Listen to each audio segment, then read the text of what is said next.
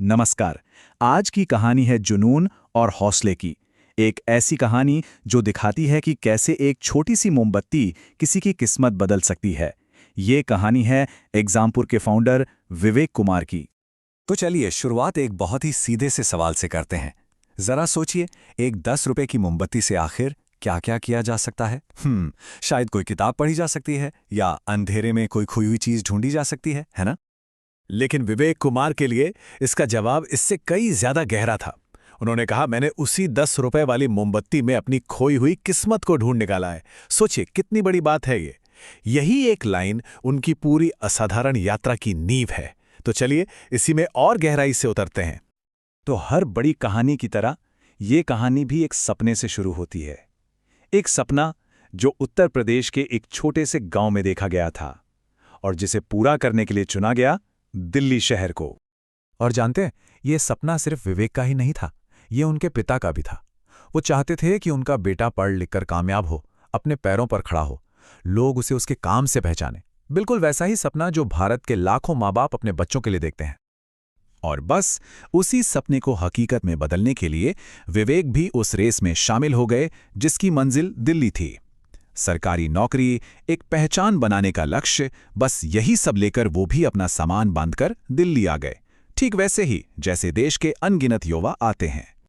लेकिन सपनों के शहर दिल्ली की हकीकत उम्मीदों से बिल्कुल अलग निकली। यहाँ किराया बहुत ज्यादा, किताबें महंगी और घर से पैसे मांगना तो मुमकिन ही नहीं था। तो अब अपनी पढ़ाई पर ध्यान देने की बजाय जिंदा रहने के लिए पैसा कमाना पहली जरूरत बन गया। और बस यहीं से उनकी जिंदगी में एक नया मोड़ आया, पढ़ाना। और पढ़ाना वो सिर्फ गुजारे का एक जरिया नहीं बना, बल्कि एक जुनून बन गया। विवेक ने एक ऐसा फैसला लिया जिसने उनकी अपनी तैयारी को तो पीछे छोड़ दिया और अपने छात्रों के भविष्य को सबसे आगे रख दिया। असल में विवेक अपने गांव की एक कहावत से बहुत प्रेरित थे। उन्हें लगा कि अगर वो पूरी ईमानदारी से, पूरी लगन से छात्रों को नहीं पढ़ा पा रहे हैं तो ये तो अधूरापन है। बस फिर क्या था, उन्होंने अपनी तैयारी को किनारे रखा, अपने छात्रों के सपनों को अपना बना लिया और उन्हें पूरा करने में दिन रात एक कर दिए। विवेक अपने छात्रों की सफलता के लिए अपना सब कुछ दांव पे लगा चुके थे। लेकिन तभी किस्मत ने एक और इम्तिहान लिया। एक दिन उन्हें उस कोचिंग इंस्टीट्यूट से कह दिया गया कि अब आपकी जरूरत नहीं है। सोचिए, जिस काम के लिए उन्होंने अपना सपना छोड़ दिया था, वही काम उनसे छीन लिया गया। सब कुछ एक पल में जैसे रुक सा गया। तो अब उनके सामने दो ही रास्ते थे। या तो वो जगह जगह जाकर फिर से नौकरी की तलाश करते, या हार मानकर घर लौट जाते। उस वक्त दिल टूटने और निराशा के उस आलम में उन्होंने दूसरा रास्ता चुना। वो अपने गांव वापस चले गए। लेकिन घर पे भी मन कहाँ लगना था। मन बेचैन था। छात्रों के एग्जाम सर पर थे और उन्हें इस तरह बीच रास्ते में छोड़ना विवेक को गवारा नहीं था। और बस यहीं से निराशा के उस घने अंधेरे में उम्मीद की एक नई किरण जगी। जब उन्होंने अपनी जेब टटोली तो जानते हैं क्या निकला? सिर्फ 3,000 रुपए।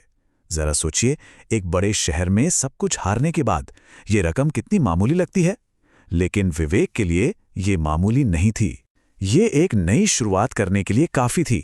ये सिर्फ पैसा नहीं था, ये उनके अटूट इरादे का प्रतीक था। और उनकी वापसी का प्लान, अरे वो तो इतना सरल था कि यकीन ना हो। एक बोर्ड, एक मार्कर और उनका पुराना फोन, बस इतना ही। ये हमें सिखाता है कि एक बड़ी शुरुआत के लिए बड़े बड़े संसाधनों की नहीं, बल्कि एक मजबूत इरादे की जरूरत होती है। अब प्लान तो बन गया था, लेकिन गांव से पढ़ाना बिल्कुल भी आसान नहीं था। शहर की सुविधाओं के बिना हर कदम पर एक नई चुनौती मुंह बवाए खड़ी थी। और यहीं पर विवेक के हौसले की असली परीक्षा हुई। सोचिए जरा, गांव में बिजली का कोई भरोसा नहीं, कभी भी चली जाती थी। इंटरनेट कनेक्शन इतना कमजोर कि बार बार टूटता था। और ऊपर से कभी कुत्तों तो कभी दूसरे जानवरों की आवाजें। ये सब क्लास में बाधा डालती थी। ये छोटी छोटी मुश्किलें उनके मिशन को रोकने के लिए काफी थीं। पर विवेक ने हार नहीं मानी। जब बिजली चली जाती तो वो क्या करते? वो मोमबत्तियां जला लेते। जी हां, उन्होंने मोमबत्ती की उस टिमटिमाती रोशनी में अपने छोटे से बोर्ड पर पढ़ाना शुरू कर दिया। ये सिर्फ पढ़ाना नहीं था, ये तो अंधेरे के खिलाफ एक जंग थी। एक ऐसी जंग जिसे वो अपने हौसले और जुनून से जीत रहे थे। और इसी जुनून ने उनसे कुछ ऐसा करवाया जो अविश्वसनीय था। लगातार 12 घंटे की नॉन-स्टॉप यूट्यूब क्लास।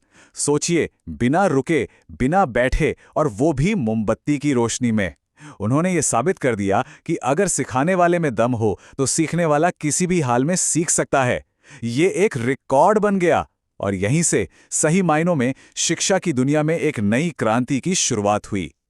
तो वो जंग जो एक मोमबत्ती की रोशनी में शुरू हुई थी, अब एक बहुत बड़ी जीत में बदल चुकी थी। विवेक की मेहनत ने उनकी किस्मत की कहानी को फिर से लिख दिया था अपने हाथों से।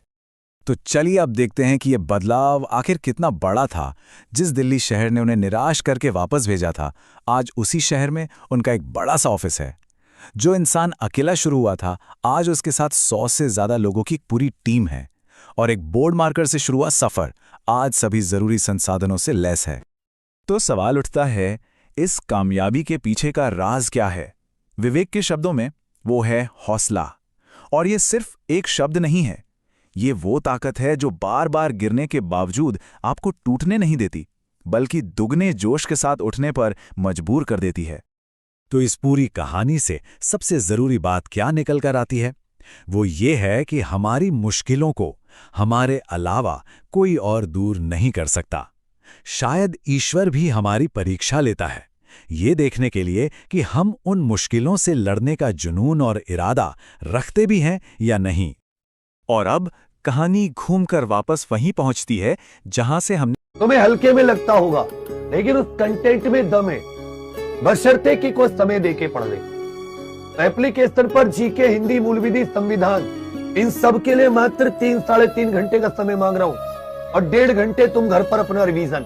क्लास में याद करा दूंगा। 200 नंबर 100 हिंदी के, 100 मूल विधि, संविधान जीके। एक क्वेश्चन इधर से उधर में जाएगा। जीके को हल्के में मत लेना। सूचना प्रौद्योगिकी, कंप्यूटर, सोशल मीडिया